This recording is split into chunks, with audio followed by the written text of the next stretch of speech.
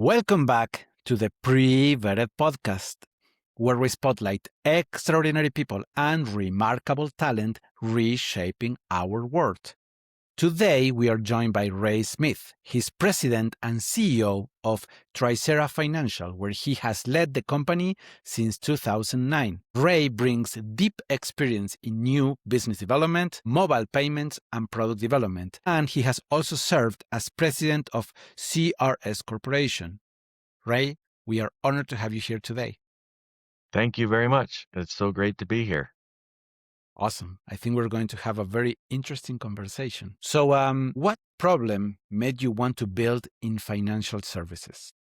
Well, I grew up on a dairy farm in South Dakota, and it was 3,500 acres, and we were taught a couple things. One, how to work, and two, how to work together in the community, and we all helped each other. But it's very hard work on a farm, and you have a lot of uncertainties with nature, and I wanted to have something more financially stable because I saw how hard my mom and dad worked on the farm, and then we would plant crops in the spring, and then a hailstorm would come through in the fall and wipe it all out. And I wanted something more predictable financially, so I wanted to be an entrepreneur.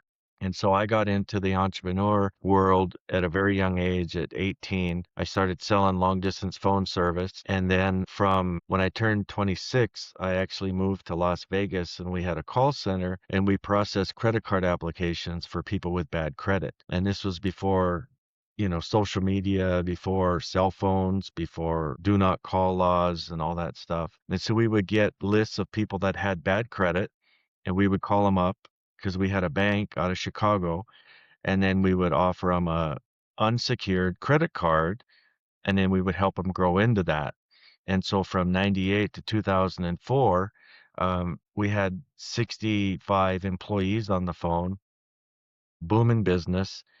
And then overnight, it all changed. The bank was owned by two brothers. One passed away, and the other one wanted to sell the bank, and they closed down the subprime division. And so overnight, we were out of business. And it was December the 13th, Friday the 13th, and I had to stand in front of 60 some employees and tell them we don't have a job and you need to go a program. You don't have a job and you need to go take care of your families. And so it was really rough learning all these hard lessons in life. But because of growing up on the farm and having that grit and tenacity, we were able to muscle through that. So here we had a database of people with bad credit and no credit card offer. And I was introduced to credit repair. And so we started contacting these people and marketing our credit repair service, which was removing the negatives off of their credit report so that they could function in society again and reestablish themselves. And then along this life's journey in 2007, 2008, I come across a company, and not only were we able to remove negatives, but we were also able to add positives because people pay their rent, their utilities, cell phone, gas, water, electric, and those items don't get reported to the bureaus, but that's the majority of people's payments. And so we came across, I designed a process, and then I filed for patent protection on how to get those items reported to the bureaus. I was introduced to a company, Tricera Financial, that was in the prepaid debit card space, and that's how we were using that prepaid debit card to track the payments and then report it to the bureaus. And they did some restructuring at Tricera. So in February of 2009, because of what I was bringing to the table in the credit space, they appointed me president and CEO of Tricera. So I have been the president and CEO of Tricera since February of 2009. And that's how this whole journey started. And then being in the consumer credit and learning how the credit bureaus work and the banks work and everything, in 2020, when COVID hit, it really shattered everything because people didn't care about their personal credit, and business owners were struggling just to stay alive because they put their heart and soul into their business. And it reminded me of growing up on the dairy farm, of having that hailstorm come through and wipe it out, no control. And these business owners had to shut their business down for months and try to hold it together. Employees calling, I had employees calling, where do we get toilet paper? It was the craziest thing. There's no daycare. I don't want to lose my job. I'm not an essential worker. worker. And I'm like, well, what the heck is an essential worker? And so through all this grit and this journey and stuff, we transitioned to business credit to help these business owners access credit so that they can fund their businesses properly. And that's what we do today is we take a business, we find out where they're at, and then we start building business credit on using their EIN number. And you can do a Google search and find business credit, but there's really no concise place to come to learn about business credit and how the lenders, what they require and how they operate with the bureaus. And then just to continue on that subject, there's three bureaus. There's Dun& Bradstreet, Experian Business, and Equifax Business. And so how, I don't want to say corrupt, but jacked up this business credit world is 80 to 90% of business creditors don't report to the bureaus, but they all pull the bureau report to see what your credit file is.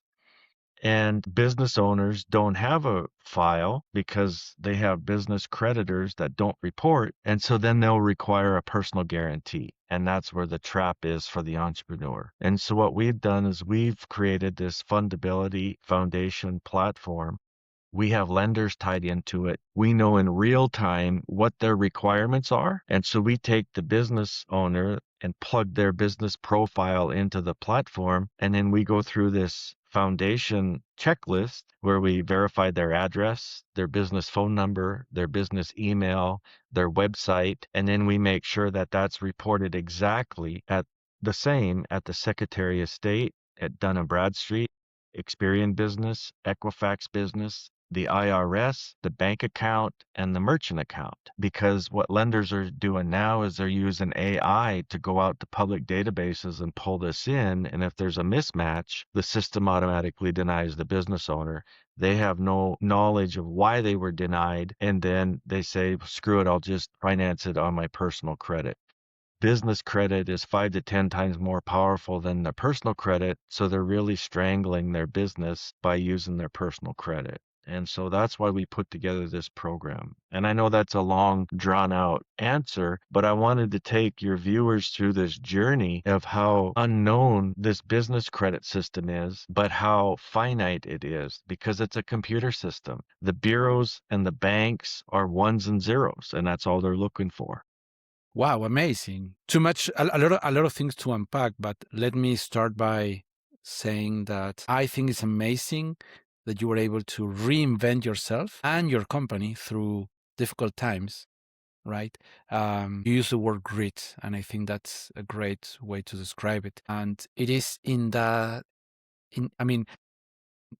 hindsight, all of these, all of the decisions kind of make sense, right?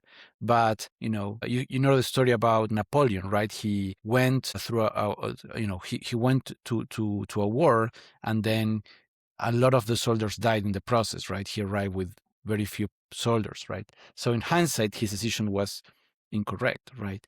But at that time, we make the decisions that we make based on the limited information that we have, right? And it requires a lot of courage to make the decisions that you made to reinvent yourselves, to find going from, from your farm, your parents' farm, to getting into finance. It was at that point an unknown world for you, right? So I wanted to highlight that first, and I think that's important for the people to know, right? Then the other thing I wanted to mention is the your business acumen to reinvent your company, right? Which is drawn by your personal journey, right? I think that that's important. I think that there are two, who is a better captain, right? The one that avoided the storm or the one that went through it, right?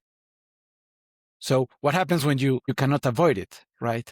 So you do the best to avoid it, right? But then when you have to go through it, that's when you prove yourself, right? So I think it's a very interesting and inspiring personal journey.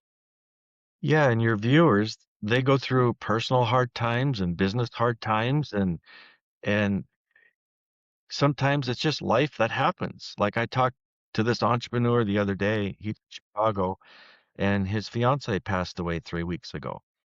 and he's devastated right now. And he said, it was our dream, and he wants to have this food vendor cart and sell Polish dogs and hot dogs. And so I'm helping him set up his LLC, which is Chi-Town Polish and Dogs, and we're going to start building business credit, and he's going to have $50 to $75,000 of working capital by May. And just because he contacted us, we're making his dream come true, but he's got to have courage and grit because he just had a life traumatic situation happened with him. And so, I just want to emphasize that people don't make mistakes. They make decisions based on the information that we have at the moment. Then we go through a period of time gathering more information and looking at the results of that decision. And then we pause and then we reevaluate and make another decision to keep moving forward. And so if you have business owners watching this, you're not making mistakes. You're testing. You got to test and you're going to get all this feedback. Don't do that. I wouldn't do that. Have they done it? Who's given you that advice? And along this journey, I want to just say in 2015, I was introduced to Kevin Harrington, the original shark from Shark Tank and the inventor of the infomercial. He did the Ginsu knife, OxyClean, George Foreman grill, and we just clicked. And he's been my mentor. And one of the biggest things that business owners need is a dream team. You need somebody that's been through those rough patches, those rough storms to help guide you as you go through it, because we don't have time to make all the mistakes ourselves. We got to learn from others. And that's one of the biggest things that I've amassed through this journey is just knowledge and wisdom. And the thing always goes back to the farm and having that grit, because without that grit, people stop. And if I would have stopped, we wouldn't be here today. And now I'm able to help thousands of entrepreneurs. Right. I think that we as founders hesitate ourselves or, have tribulations on the decisions, right? But I think it's important to share with them that we all go through that, right? I have a 10-year-old and I explain to him, when he's afraid, I explain to him that courage is not being afraid, is being afraid and still deciding to move forward. And I think the same thing applies here. 100%. We're all scared, right? Because we're taught, oh, we can't fail. We go to school, we get quizzes and tests, and if you don't answer the question right, you fail. And we're constantly told, you're a failure. You got to do everything perfect. Well, that's how school teaches us. And then if we want to be a business owner, it's the total opposite. We got to find successful business owners, successful systems, successful marketing, and copy it. But we're told that copying gives you a failing grade. No, that's in school. In business, you have to copy, and it's scary. And then who do you want to talk to? Well, your friends and family, because that's who you trust. But that's the wrong people to tell, because they want to protect you. They don't want to see you get hurt or see you fail. So they're going to give you all this feedback that holds you back. And so that's where the confusion is. And that's where you really need a group of mentors around you if you're going to be a business owner that have been through some hard times, that are where you want to be, not where you're at now. You want people that are more successful than you. And the thing that I found is successful people, they want to give back, because the entrepreneur that's up and coming is inspiring to them because they see themselves in that entrepreneur. And it ignites this fire. And that's what I see when I talk to these entrepreneurs also. Man, that was me 20 years ago. Right. I mean, I've been doing startups since I was 16. So now I'm 42. It's been a long journey. And I feel that sometimes my level of energy goes down a little bit, right? As it compared to what it was on my 20s, right? And then I see these young entrepreneurs just,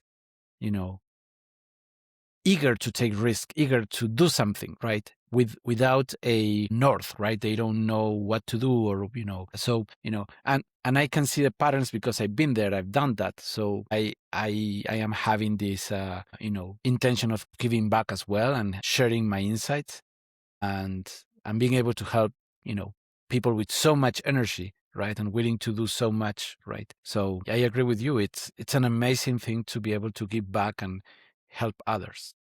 Yeah, and that's what we've been put on this planet for. You just talked about having a kid. Well, look what your parents instilled in you, and now you're instilling that in your kids and you're passing that on. And we do that in life. You know, our friends from college, our friends from elementary school, if you're still connected, which I am still a lot, my elementary teacher, you know, all along this journey. And it's what we only get one ride on this rock, right? And it's one Right. journey, it's our journey, and we just accumulate a lot of education and wisdom. Right. Right. So you mentioned that you are helping younger founders. Are you doing that through Tricera Financial, or are you coaching outside of Tricera Financial? Nope, it's all through Tricera, Tricera Financial. Nice. Yeah, yeah. So it's more than helping with with scores. You're also coaching them how to become better founders, right? Yeah, that's correct, because just listening to them, so every business has 5 areas. The accounting department, that's you gotta know where your money is at. And then sales, because you gotta have money in order to have a business. Marketing to generate the sales. Management over every division, and then legal and compliance. And so by just listening to the business owner and asking questions, you can figure out where they're deficient in that. And then we want to bring them the 3 M's: money, media, and marketing, because those are the 3 key components that will stabilize any business. And the money is the hardest part to get. And it's a full-time job chasing money. And that's why we created this Fundability Foundation. And we want to partner with the entrepreneurs and be their funding source, not just today for that urgent matter that they have, but let's get you set up so that you can always have access to funding 6 months down the road, 18 months, 24 months. And so a startup like this hot dog stand company, they're just getting their LLC started. But there's other companies that have revenue, like 10, 20,000, 50,000 a month, which is another gentleman like I spoke to this morning. He's doing about 40 to 50,000 a month in revenue now. And then during the summer, he'll do 100 to 150, 200,000 a month in revenue.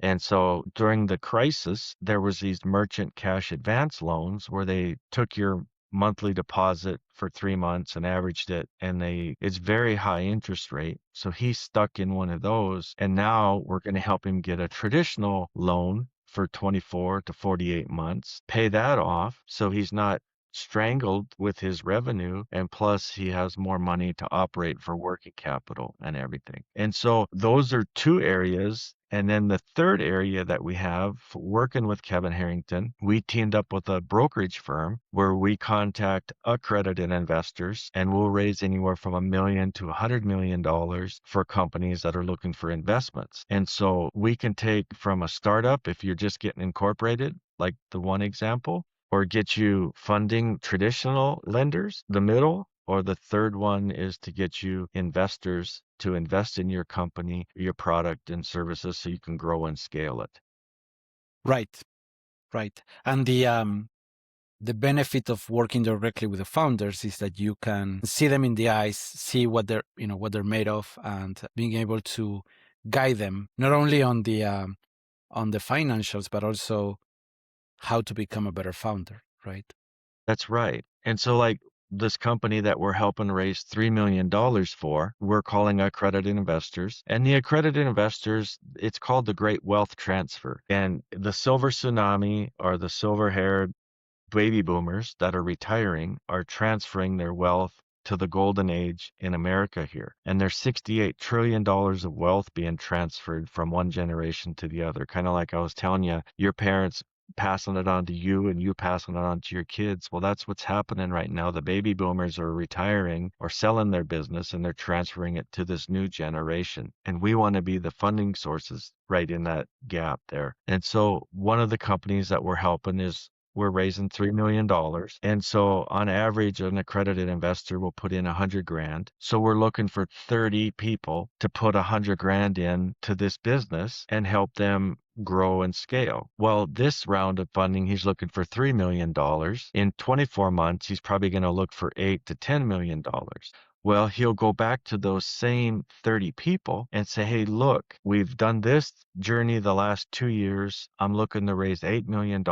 And on average, whatever they put in that first time, the second check will be 5 times bigger." So they'll put in a $500,000. And so what we want to do is take a company and build its funding tribe, its financial tribe, its supporters. And some of people won't want to invest. They'll want to cash out and move on or retire or life changes or whatever. But that business is now getting stability because it has a group of financial supporters rather than just filling out an application, crossing your fingers and hoping the bank approves you, right? And that's what we want to take these people through this journey. And that's how we function as a business.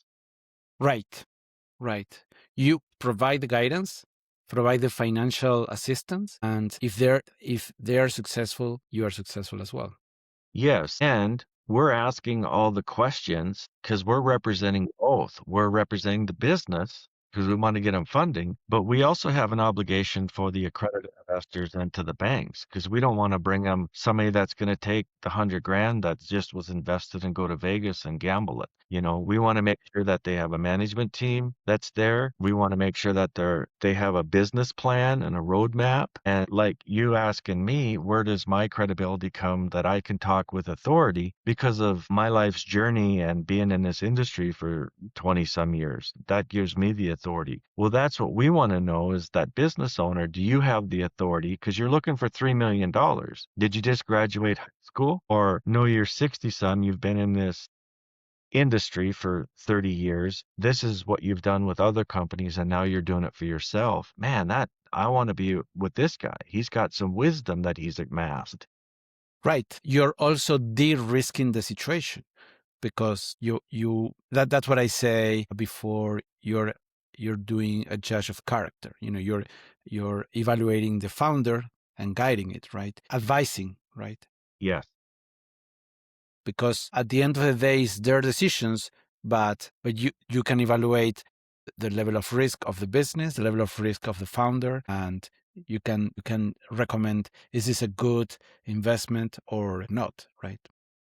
Right. So you mentioned prior that you drove through Santa Monica. So I was on a panel with Kevin Harrington and we did a fireside chat to this group of people. And in the front was entrepreneurs and in the back was accredited investors. And the entrepreneurs had to pitch those investors, their company and their services and themselves, basically. So it's like a mini Shark Tank type of deal, but it was a pitch off. And then afterwards, Kevin and I sat on these two chairs in front of those people, and then the host would ask us questions. And the host said, "Ray, you've been a client of Kevin, and he's a mentor, ment- you're a mentee of his. What would you tell the people?" And I said, you think that those people in the back are going to write your company a check. I said, the check is going to be made out to your company, but they're really investing in you. And they want to know what's going to happen during those dark days because they all know that your business is going to have some pretty dark days. And because every business does. And are you going to cut and run and leave them hanging? Or are you going to struggle through? And then when you run out of money, are you going to have the courage to go back to them and tell them, well, this is what happened. This is what went wrong. And I need another influx of cash in order to save this company and keep going. I said, because that's where courage really comes from. Because we don't, as business owners, we never want to discuss our failures. I said, but you need to. And afterwards, one of the guys came up to me and he said, you're the first person to ever talk real. And I said, I think it's very important that somebody does talk real to you because you're going to take money from somebody and they know that it's going to be rough because all business is rough. And are you going to be honest with them? And that kid was the one that won the prize for the investment. And it was really cool. Really? Wow. That's amazing. Yeah. I think that the founder lifestyle is overhyped, right? Where people think, oh, it's just, it's a beautiful lifestyle. You're going to get rich pretty quick, blah, blah, blah, right? Which some do, right? When you have success, then, that could happen. But nobody talks about the level of integrity that you need to have is much higher than, I think, any other role. Yeah, and talk about your failures because you see the rich and famous, you see the private jet and the cars, but you don't see the sleepless nights because that's not on video. You don't see the bounce checks, the bounce payroll, the I don't know what to do. You lose your merchant account. You got employees that filed a wage claim. You're being sued for nonsense. No one talks about that, right? But that's real life in business. And everyone goes to the reviews and, oh, this guy was upset. You know, I was working with this group, they dealt with doctors, and there was a lot of doctors with negative reviews, 1 star, 2 star. And you read the reviews and they have bad parking. Well, it wasn't the service that the doctor gave, it was the parking. And everyone wants to look on the surface, but you got to look through that. And, people go through personal struggles and everyone wants to judge. This person got divorced, so and so. Yeah, but what was behind it? How hard was it? What caused it? There's a whole bunch of factors that go into it. So people really need to keep Right. their criticism to themselves, in my opinion. Right. That is a very interesting. Yeah, I have an advisor now, friend, that says that every time somebody suggests something, somebody should do something about following your story. Somebody should do something about parking. He said, "That's a great idea," or you own it. What do you want to do about it? Right? And that way, there's somebody, yeah, it becomes Call them real, out. right? Yeah. Call them out, and then that that becomes like the make it or don't make it kind of thing, right? Yeah. Actually, I am adapting he wrote a book about creativity. I'm adapting his book to Spanish because I did something like that. We were talking about, well, have you thought about how you're going to translate to Spanish? This is why it's important, right? You have is the second largest audience after English speaking, right? And he said, that's a great idea. You should do it. And I was like, okay, I never done it, but happy to do that, right? And we're launching the book, we're almost finishing the book, right? So, but I know that in the face of uncertainty, I'm the guy that I'm going to, lean forward, right? But a lot of people would just freeze in the situation and would, scare away of it, right? You never see a statue of a good critic, right? So there's a lot of critics, but there's never been a statue because he was a good critic. It's always somebody who's accomplished something. Right. And when you accomplish something, it's easy to critic from outside, Yeah, you get a right? thousand You, critics. yeah. And You going should back, have, would have, yeah, exactly. And going back to the entrepreneur, that's what I'm saying. There's so many critics, and you already get all this negative because you're trying and trying and you're failing, and that doubt keeps creeping in. And then somebody who doesn't have the authority gives you an opinion, and then you take that as credible. And it's this negative force that you have to fight through. And that's why you really need that dream team around you. Surround yourself with positive people that are, success oriented. And the failures are going to be 10 times more than the successes. And you just got to accept that. And you got to be comfortable by quote unquote failing, but really you're testing and the results don't work. So you got to just keep testing. right, right. And it's a delicate balance between being stubborn enough to follow your vision, but sensitive enough to hear what the world is saying. And you have to filter out the constructive feedback versus the non-constructive feedback. That's right. And there's no book. It's just experience. Just got to keep Right, slugging it out. Yep. right, right.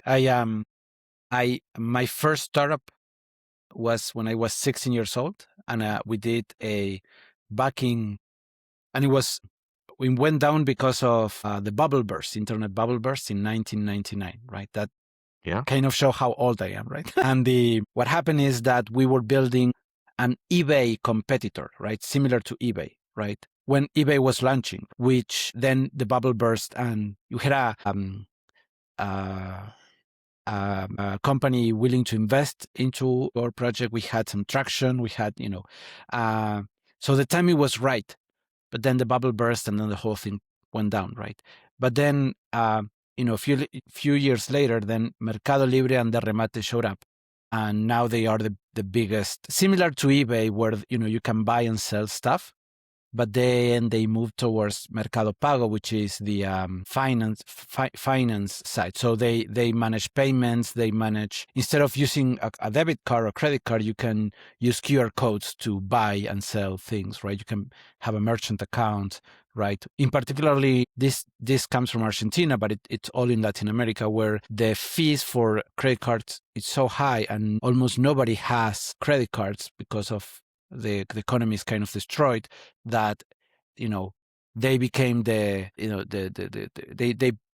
got into that they got a lot of the market share that the credit cards would not get, unlike in the US, where debit and credit cards is much more common, right? So that was a very interesting thing that I saw happening, right? So we had we did everything right, but then it was of no fault of our own that the project was unable to move forward, right? Yeah, but then I saw that when those two work out, which I'm excited to see those companies. And now Mercado Libre, I believe, went public, did an IPO recently, so yeah. Yeah, and that took tenacity and grit to fight through, Right. you know?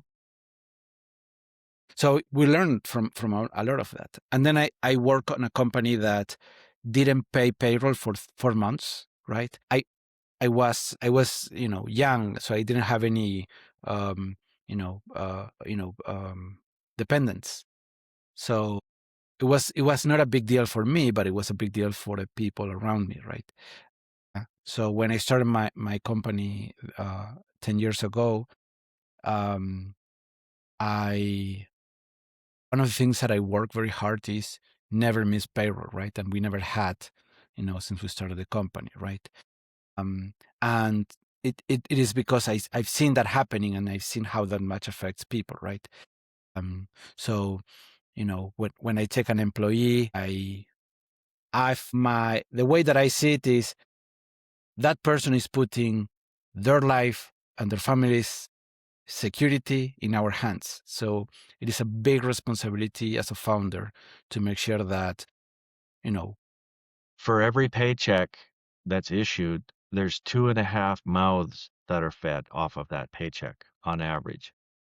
So a company that has 50 employees really has 150 dependents, 125 dependents on that.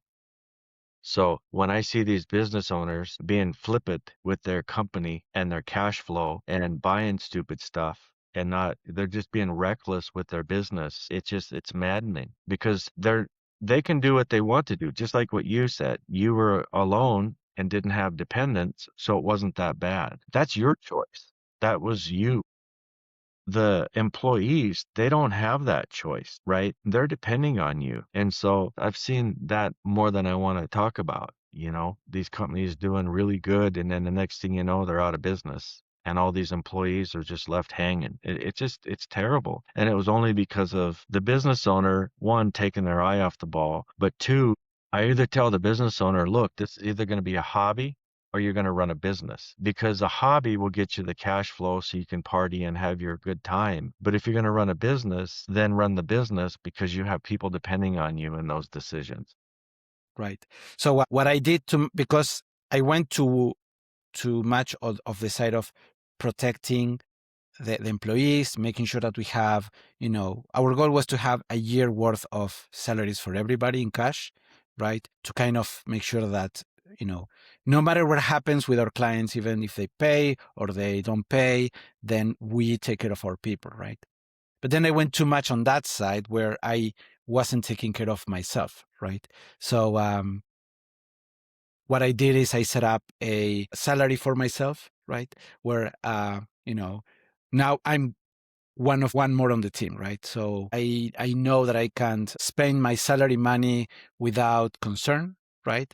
Because my employer, which is again is me, but I try to kind of split my multiple roles, right? And sometimes I talk about myself in third person just for that, but when you're an employee, you don't have that concern, right? And that concern can be overwhelming, right?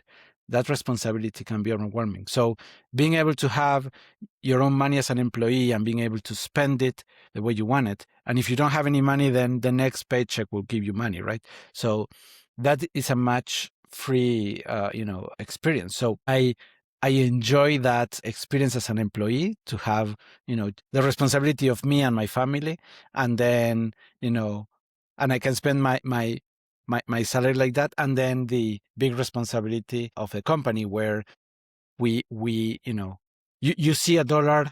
It's not that you have a dollar, you have a lot of things that depend on it, so it's a whole different thing, right? And that way I could like split myself into, being able to have fun and Yeah. also take care of the people, right? Yeah, but it's called respect. You respect money, right? It's not a flippant thing. You respect money, you respect your business, you respect your employees, you respect your family, and that's what it's about. And life happens. You get your legs chopped out of you as a business owner, and sometimes it's no fault of your own. You're not able to make payroll. And that's just how life happens. But again, if you don't take care of yourself, it's like on the plane. Put your oxygen mask on first before you try to help somebody else. Because if you're not healthy, the whole company for sure is going to be lost. And all of that is wisdom that you accumulate through all of those experiences.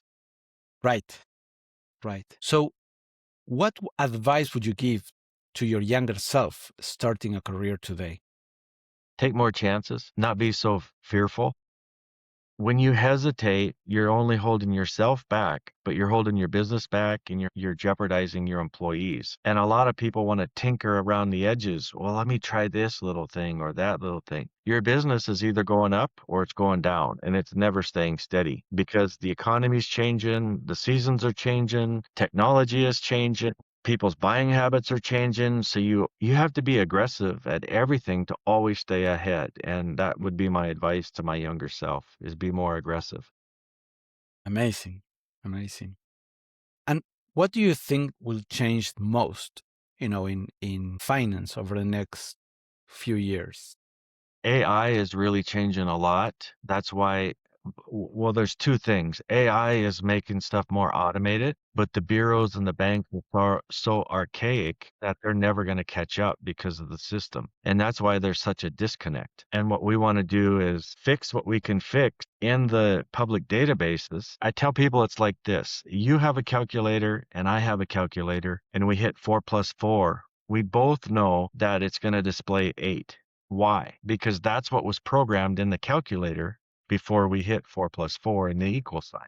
Well, what we're doing is we're looking at the bureau, the database, we're seeing what's there, we're programming what's missing because we know in real time what the lenders are looking for. And then once it's there, we submit it to the lender because we would know when the loan officer hits the submit button, the approval's already coming back because we've done all the upfront work. And right now, it's a crapshoot. People apply and they cross their fingers, and it's either a thumbs up or a middle finger, and you're never Lack of told. visibility. Yeah, and you're never told why. Too few trade lines. Well, how many do I need? It doesn't say that. It just says too few, right? Well, how can I increase that? Where do I go to increase that if 80 to 90% of the vendors don't report? How do I know who reports? And that's the whole problem with this system. And that's why we designed this platform where we plug you in to the lenders. We know everything up front, and we know where you're currently. We know what to fix. Let's fix it. And then we'll get it submitted. And by the way, we know where to apply for because we know what credit bureaus, which vendor that we work with reports to. And we just take the guesswork out of everything. And so what's going to change? My thing that I want to change is I want Tricera to be a household name for entrepreneurs and the place to go to demystify this business credit and business funding. Because it's one thing to get the money, but once you get the money, that's when the real work starts, right? You got to run your business. It isn't about, oh, so happy I just got 100 grand. No, you're responsible for 100 grand. What are you going to do with it? Your decisions matter. Right. I mean, an investor trusted that money in you to make a good business, ethical business, generate more revenue, right? More wealth, right? That's right. So let's say you work and you make 100 grand a year, and taxes has got to come out of that, 40%. So you really only made 60%, and you put 10% aside for investment, so there's 6 grand. Well, how many years is it going to take you to generate $100,000 of investment money? You're not really risking 100 grand, you're risking 10 years of saving at 100 grand a year. So $1 million that you've had to generate to have 100 grand to invest, Right. you're risking. It isn't the 100 grand that you're risking. It's the years that it's taking you to save that money. So there's a lot on the line for these investors. They're not just throwing around money because they won it at the lottery. They've worked their tails off to generate that money, and now they're entrusting it with you so that they can make a small return on it or help an entrepreneur or whatever. So people got to look at it. That's what I was saying. You got to look through what's happening and not just on the face, because it's a lot deeper than that. It's is having respect for the money being invested and the investors behind it and all their dreams and hopes that they put into that decision. Correct. So we're running out of time. I want to ask you one last question before we wrap it up. And if you have any final remarks, how would founders without a social being able to build a credit history, and what role does the IT team has into it? Without a social or with? Without a social, Yeah. I understand the IT could replace the social. So here in America, we set up an LLC, a corporation, or a C or an S corporation, and then we go to irs.gov and apply for an EIN number, an employment identification number, and then that number is attached to that business name and address. And then we take that profile with that EIN number and start applying with creditors. And then when those creditors report to the bureau, they're building that credit profile for that business. So we want to separate the social security number credit from the business. We don't want them to have to be intertwined like that. Interesting. Because I think that's something that a lot of founders that are trying to do business in the US, they are trying to There's figure out no how to do that. That's right. There's no education. And that's why we took the computer system and broke it down into a roadmap. And if you start here, then we do this. If you start here, then we got to do all this. But if you're over here, we do this. So we know exactly what to do no matter where you're at. Amazing. I had a guy this morning. He's been running his business for 3 years as a sole proprietary, which he just uses his social security number. And I said, you really need to set up an LLC. And he says, well, I can do that. Just go down and I said, you can do it online. And then I sent him irs.gov, how to apply for the EIN number, which they'll issue you in real time. Like within 30 seconds of you applying, you'll get the EIN number. We put that into the system and we immediately start building that business credit using the LLC entity and that EIN number, and not with your personal guarantee. And it doesn't matter about revenue.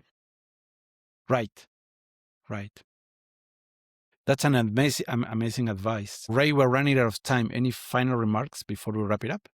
No, I would just tell your audience, don't be fearful, be fearless, because that's the only way Elon Musk is going to get to Mars. There's going to be a lot of problems along the way, and that's what we are as professional problem solvers, and be comfortable with that. Raising a child, you don't get a manual, you have to figure it out. And it's the same with business. And build that dream team around you and go for it.